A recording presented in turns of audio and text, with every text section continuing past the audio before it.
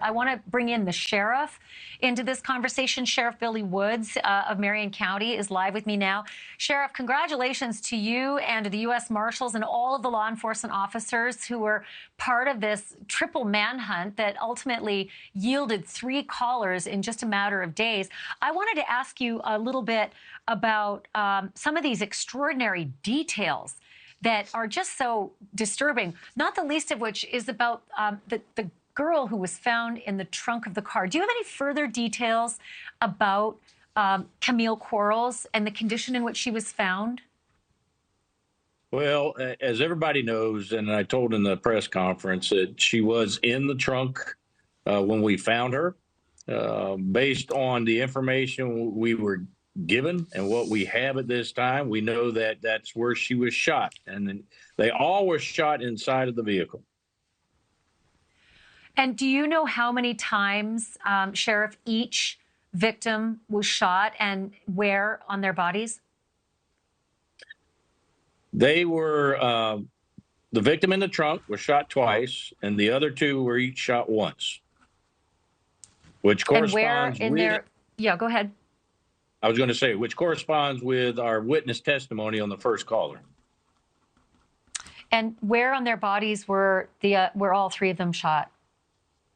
That one I can't disclose yet because we're still got this one, like you've already mentioned. We got our last suspect in custody, so there's some small loose ends we got to tie up, and forensics and everything else. It seems from some of the wording in the affidavit that Camille Quarles, who was shot in the trunk, was shot last and was shot because there was a concern that she might snitch on the other 3. Does that line up? That's the information that we've gotten so far. That's, what everything's indicating that we believe that it did occur. It's just so tragic. Sheriff, it seems as though, again, from some of the court documents, that the 12-year-old, Christopher Atkins, has, in his confessions, in his statements, he has suggested that he was told to shoot one of the victims or that the other suspects would come after his family and kill them. Does that also line up?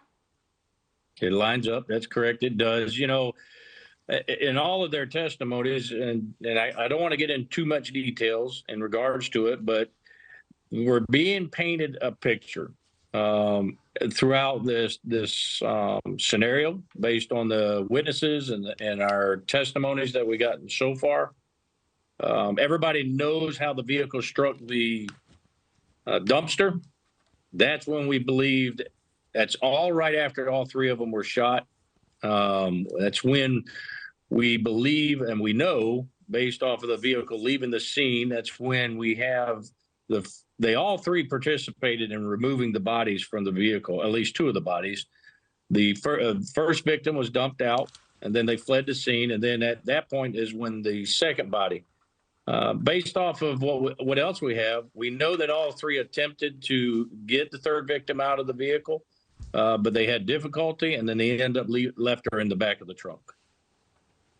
And is it my understanding, just again reading through what's already in the documents, is that 2 of the kids who were arrested first, Christopher Atkins, 12 years old, and Robert Robinson, 17 years old, indicated that they shot Camille Quarles, the victim in the trunk. That would lead me to believe that the third suspect, Taj Bruton, who was just apprehended this weekend, is the person who shot the 2 victims who were in the front seat. That would be Layla Silvernail driving, and then the 17-year-old unnamed victim in the passenger seat. Does that line up? That is a very good working theory, and we just haven't proven that yet. So about Taj Bruton being on the lam for these extra days, and then they caught up with him. At 16, it's real hard to be on the lam by yourself. Was anybody harboring him?